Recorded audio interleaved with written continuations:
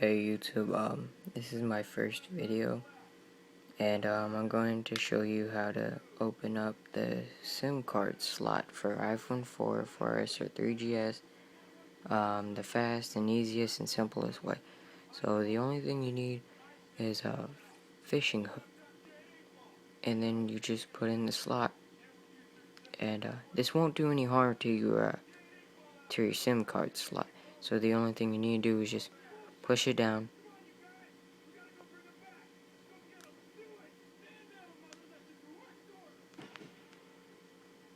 Uh, Sometimes it's a bit tough.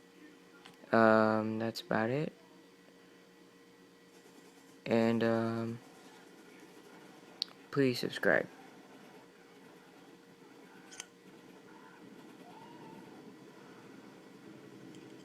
And that's about it for my video. Thanks for watching.